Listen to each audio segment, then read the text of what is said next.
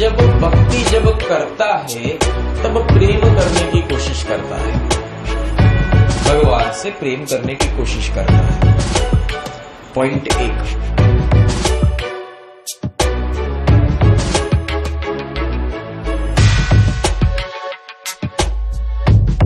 भगवान का स्वरूप और भगवान का एलिमेंट या तो ईश्वर का जो एलिमेंट है वो एक फ्रेम है। ईश्वर कैसे होते हैं उसका एक अलग फ्रेम है।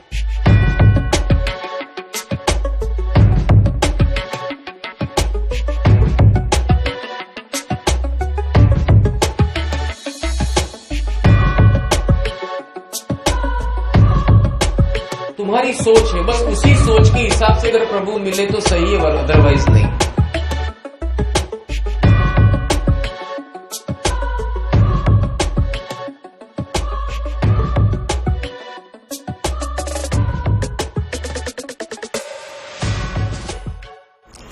दूसरा पॉइंट, जब वो भक्ति करने की कोशिश करता है तब वो भक्ति किस तरह की करना चाहता है वो मैं समझाता हूं।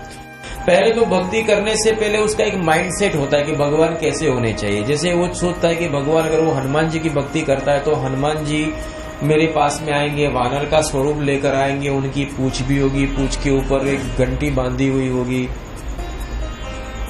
और वह हुक करके आएंगे, मेरे सामने बैठेंगे। जैसे मंदिरों में देखा जाता है कि लोग केले का प्रसाद धराते तो मैं केले की लूम लेके बैठूं। फिर हनुमान जी आएंगे, हनुमान जी भी नहीं बोलेंगे हनुमान दादा। फिर मैं बैठूंगा, हनुमान जी आएंगे, प्रसन्न होंगे और कहेंगे वत्स में आ चुका हूं। हनुमान जी के कपाल के ऊपर भी यहाँ तिलक हो। मतलब जो उसने चित्र देखा था कैलेंडर में, किसी कथावार्ता की किताब में या तो किसी टीवी सीरियल में, तो बस वही मेकअप और वही गेटअप की कल्पना वो कर लेता है। तो मतलब दिखावा उसने एक फिक्स कर दिया, हनुमान जी मुझे ऐसे ही मिलेंगे। दूसरी बात, वो भगवान के बारे में एक स्वभाव निश्चित कर लेता है। भगवान के बारे में कैसा स्वभाव निश्चित करता है? एक, भगवान उसकी मर्जी के हिसाब से होने चाहिए। मतलब भगवान को अधिकार नहीं है कि वो अपनी मर्जी से तुम्हारे सामने आए। भगवान का स्वरूप और भगवान का एलिमेंट या तो ईश्वर का जो एलिमेंट है वो एक फ्रेम है। ईश्वर कैसे होते हैं उसका एक अलग फ्रेम है। वो फ्रेम से विरुद्ध तुम अपने मन की फ्रेम से उनको देखने की इच्छा रखोगे या तो मिलने की इच्छा रखोगे। जैसे भगवान के पास तुम जाओगे तो भगवान पहले तुमको गले लगा देंगे, आज्ञावत्स। मुझे बताओ, तुम किसी अनजान व्यक्ति को कैसे गले लगा देते हो? चलो किसी मंदिर में कोई महाराज मिल गए, चलो आगे वत्स, तुम ऐसा करोगे? प्रैक्टिकल में तुम नहीं करोगे, पर कल्पना में तुम यही चाहोगे भगवान मुझे ऐसे ही मिले। दूसरी बात है, भगवान अगर मिलने की बात करें तो आकार में मिलना चाहते, पर आकार में पृथ्वी पर से नहीं, आसमान से आने चाहिए। कुछ लाइट होनी चाहिए, लाइट के बीच में से प्रकाश करके वो उनका लैंडिंग होता है और वहां से मिलने चाहिए। मतलब एक तुम्हारी सोच है, बस उसी सोच के हिसाब से अगर प्रभु मिले तो सही है, अदरवाइज नहीं। तीसरी बात है, उनकी आवाज इको में होनी चाहिए। वहां आसपास खुशबू और कुछ धुआं होना चाहिए। तीसरा, जब प्रभु मिलते हैं तो पहले तुमको बहुत आशीर्वाद दे देते, चाहे तुम निकम्मे ही हो, शराबी, कबाबी, जुआरी, रेस सट्टा करने वाले। वो प्रभु मतलब सोच लेना का वो करुणा निदान, मैं हजारों पाप करूं, रावण जैसा हूं तो भी मुझे माफ करे, उसका नाम प्रभु। अगर माफ ना करे और मेरे दुर्गुण निकाले, वो प्रभु नहीं है, निरंजन का अंश होगा।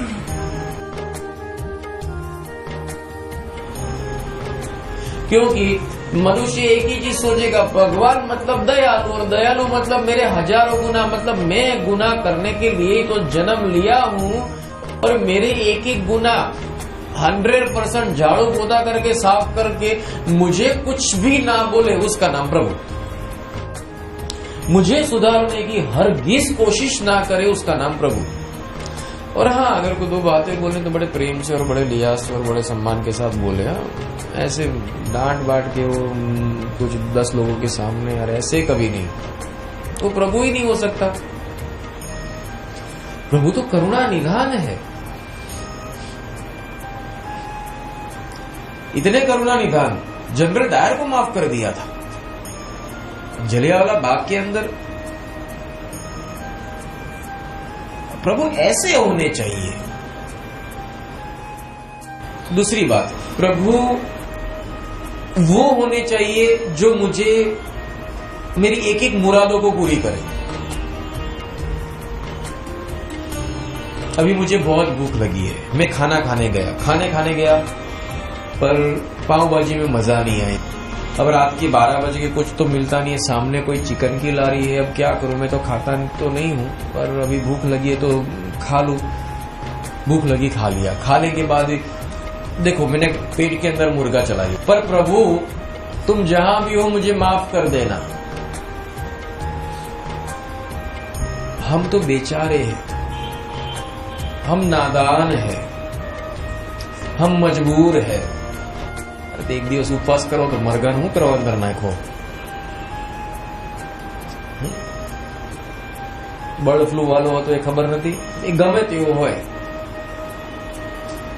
પછી पहले मुर्गा खाते वक्त जनेऊ उतार देगा, मुर्गा खाएगा और खाने के बाद जनेऊ पहन के माफी मांगेगा। और वहां भगवान इंस्टेंट माफी मांगनी है, मतलब वहां वो चिकन वाले के लारी पे जो भगवान की फोटो है वहां ऊपर एक फूल चढ़ा है, वो गिरना चाहिए।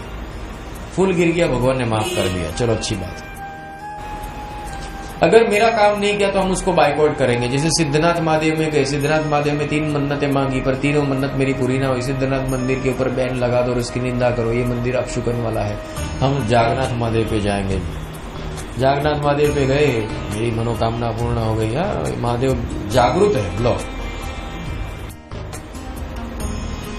इस तरह के फ्रेम में चलने वाला व्यक्ति, उसे भक्त नहीं कहा जाता है, उससे शंका का कीड़ा कहा जाता है, मनमत स्वार्थी मूर्ख कहा जाता है, स्वार्थ का पिंडा कहा जाता है। क्योंकि उसको भगवान से मतलब नहीं है। पहले तो वो भगवान को अपने हिसाब का ही चाहेगा, भगवान कैसे होने चाहिए। अगर भगवान के मुगट में भी फेरफार हो जाए तो वो शंका करेगा, भगवान का फोटो में मैंने मुगट ऐसा देखा था, ये मुगट चेंज कैसे हो गया। भगवान बोले यार पहनना थोड़ा डिफिकल्ट है, हैवी होता है, सर्वाइकल हमको भी हो सकता है, सर्वाइकल पेन हमको भी हो सकता है, और सोने का मुगट है वो हैवी होता है। तो अभी मैं पहन के नहीं या बाल खोले, बोले ऐसे नहीं, हमने ऐसा कभी देखा नहीं आपको तो हम बिलीव नहीं करेंगे। लेबोरेटरी में ये टेस्ट करवाइए। भगवान की हमारा जीन्स की स्टोरेज ही नहीं है तो कैसे टेस्ट करोगे। बोले हम नहीं जानते, कुछ तो टेस्टिंग मुझे करवाना है बस आपका। सोच समझ मन के द्वारा होती है और मन की फ्रेम से तुम ईश्वर की भक्ति करना चाहते हो, कहां से ये कार्य पूरा हो। It is impossible. इसीलिए परमात्मा के तत्ववाद की फ्रेम और परमात्मा को जो मूल स्वरूप है, उस मूल स्वरूप के फ्रेम में तुम्हारे मन प्रदेश से तुमको निकालकर आत्मीय प्रदेश में ले जाकर तुमको तत्वबोध गुरु कराते हैं। इसीलिए कहा जाता है कि कृपा करे गुरुदेव।